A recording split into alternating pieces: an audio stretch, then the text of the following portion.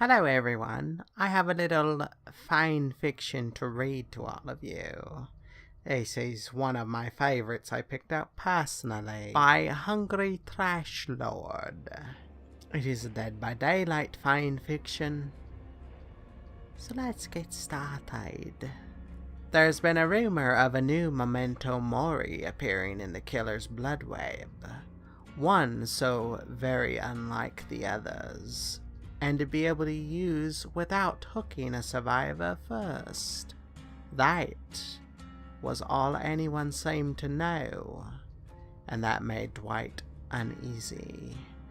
As the fog rolled in and offerings were made, Dwight felt his stomach drop as the killer's was revealed as a secret. It was always nerve-wracking at the start, the uncertainty of who the killer was. The stealthy pig? Or the wraith? The maddening doctor? Michael Bloody Myers? That would be answered soon. He knew.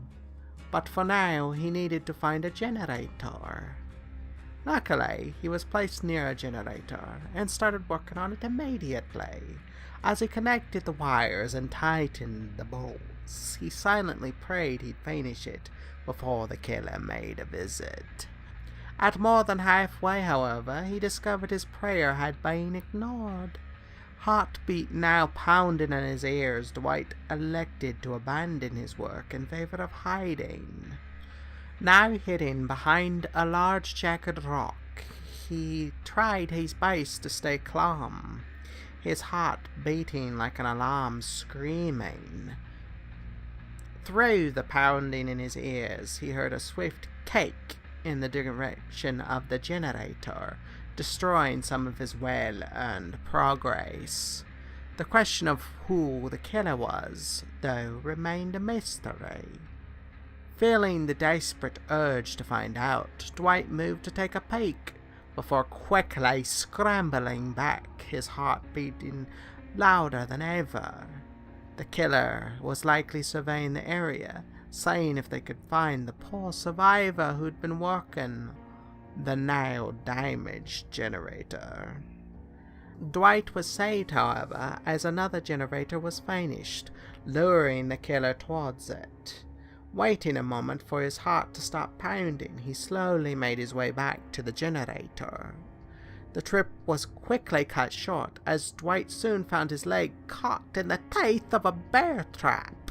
He screamed out in pain as the metal teeth cut through his pant leg and into his flesh.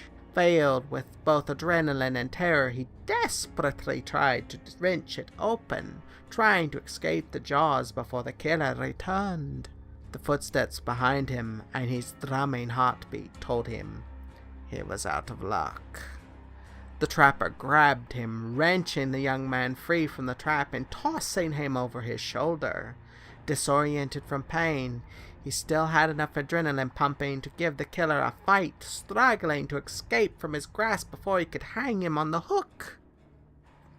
To his confusion, however, the trapper did not move towards the hook, nor did he move at all.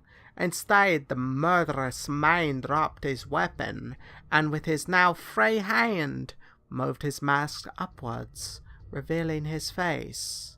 In absolute bewilderment, Dwight stopped his struggle. Apart from his scars and semi-burnt-looking skin, the trapper looked relatively normal. Dwight could see his expression now, eyes meeting with his as his captor smiled. Not the good kind, however, but a smug, devious smile. He took Dwight off of his shoulder, holding the young man in front of him beneath the arms above the ground, dangling. Dwight, however, didn't struggle, too confused and curious as to what the hell the trapper was doing. He heard another generator finish in the distance, but the trapper didn't move. "Why, what are you doing?" Voice hushed, he finally spoke his mind, unsure of what else to do as he hung from the killer's grasp, uncertain if he was even in danger at the moment. His one response was a chuckle before the trapper opened his mouth wide. Dwight wasn't sure what the killer was trying to accomplish, but he grew more nervous as he was brought closer and closer to the killer's face. He started to notice smaller details, like how his gaping, drooling mouth seemed wider than humanly possible. There was a hungry look in the trapper's eyes, and it wasn't long before he remembered the rumor. It was a little too late when the pieces clicked in his mind. He screamed as his head suddenly was crammed inside the raw mouth, his vision swallowed by human darkness. Wait, the fuck were the only words in his head as the realization of his unreal predicament set in. By the ungodly power of the entity, the trapper was consuming him whole. Despite knowing his fate was sealed, Dwight still tried to struggle, to pull himself out, but his squirms were met with nothing when faced with the raw strength of the trapper. Glasses quickly dislodged and pulled away, not that they were any use to him in the moment anyway. He felt the tongue lick at his face almost mockingly before he was pushed further into his wet prison. Dwight could barely think as his reality became increasingly wetter, hotter, squeezing and dark. He started to stave as he fell further and further into hopelessness and despair, as the trapper had brought devour hope. All he could do was shiver as his descent continued, hope dwindling. The trapper purred as Dwight's fate finally entered his mind, savoring the damage he'd done to the poor survivor's ankle. The man cried out as his wound was licked. The killer thoroughly enjoyed his reaction and taste. Dwight begged as the man gnawed the bleeding gouges, pleading with him to cease. Stop, please stop. It hurts. Please, get it over with. Just stop, please. The trapper relished his cries. Soon the killer, bored of his fun, finally giving him the relief he so desperately wanted, and sending the rest into his stomach. First thing he noticed, apart from the sudden lack of pressure around his head, was the smell. The space reeked of rank old meat, the air thick, slightly burning his eyes and throat. Despite such unpleasantries, by miracle it was breathable. Dwight took in long, deep breaths of acidic oxygen as the rest of his body slid into the stomach, until all of him was curled into a ball. He whimpered and shook as the gut growled and shifted around him.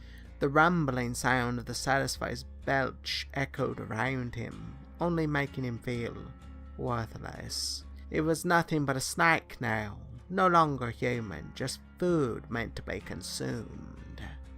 It hurt him, knowing just how much he didn't matter anymore. The bullies were right. As tears streamed down his face, he felt his prison shift as the trapper was nailed back on the move. The stomach swayed with every step in a surprisingly lulling rhythm, tempting his body to fall back asleep. He refused, however, despite knowing how worthless it was. He didn't want to find out what happened if he did pass out. As Claudette worked on the generator in front of her, she worried for Dwight. She had heard him get trapped, followed sometime later by quickly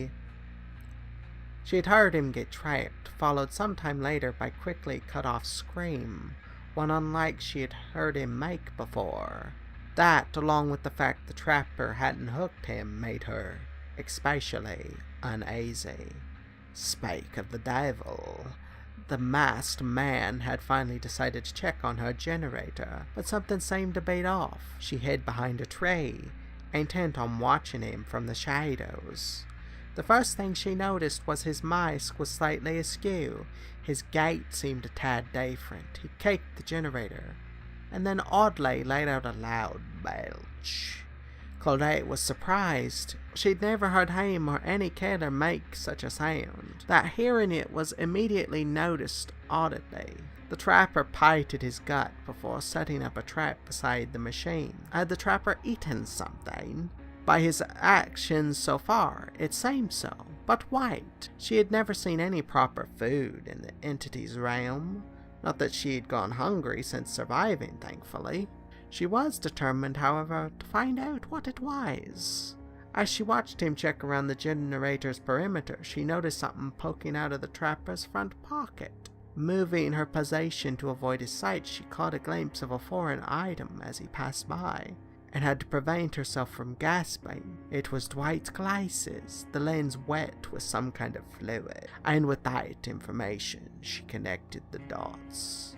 With a morbid realization now fresh in her mind, Claudette focused her gaze on his midsection. To her horror, she noticed a shifting and more prominent gait, pushing against his overalls, almost confirming what she now believed to be true. Not only did she have confirmation, but unfortunately, the trapper's attention as well. He approached slowly, weapon loose by his side, his other hand resting on his prize. She froze as he sauntered up to her, grinning, a little drool dripping down his chin. The trapper towered over her, not making any move to strike her, but kept her frozen, like a deer in headlights. Want to join him? His question alerted Dwight there was a survivor nearby, but the young man began to scream. "Help! Somebody help, please! He ate me! Please get me out of here! Get me out!" Claudette felt nauseous as she heard the muffled screams from within him, horror and guilt seizing her heart. There was nothing she could possibly do, and staying by the killer did her nothing good. So with no options left, she ran, making sure to avoid the trap she'd seen him put down earlier. She didn't want to leave him, but in these circumstances she had no choice. The trapper chuckled as she ran away, leaving a trail of scratches behind her. He secretly hoped she'd at least make a fruitless attempt, but he wasn't survived. Oh, would you look at that? She left you. Sure enough, that silenced his screaming meal, Dwight fallen back into despair and hopelessness. Any more words he had to say melting into weeping. Just as long as his snake wasn't any louder than his terror radius, he'd be fine. It was quite pleasant to have an emotionally broken survivor fill him up, but he still had work to do before he could relax. So following the path that Claudette had taken, the trapper set out to capture the other little morsels for the entity to feast on. He'd have to use this offering a lot more now. As one could say, he was already hooked on it. Well, I hope you enjoyed that. I very much did. Thank you very much, Hungry Trashlord, for this piece of art that all of the internet should appreciate. Till next time.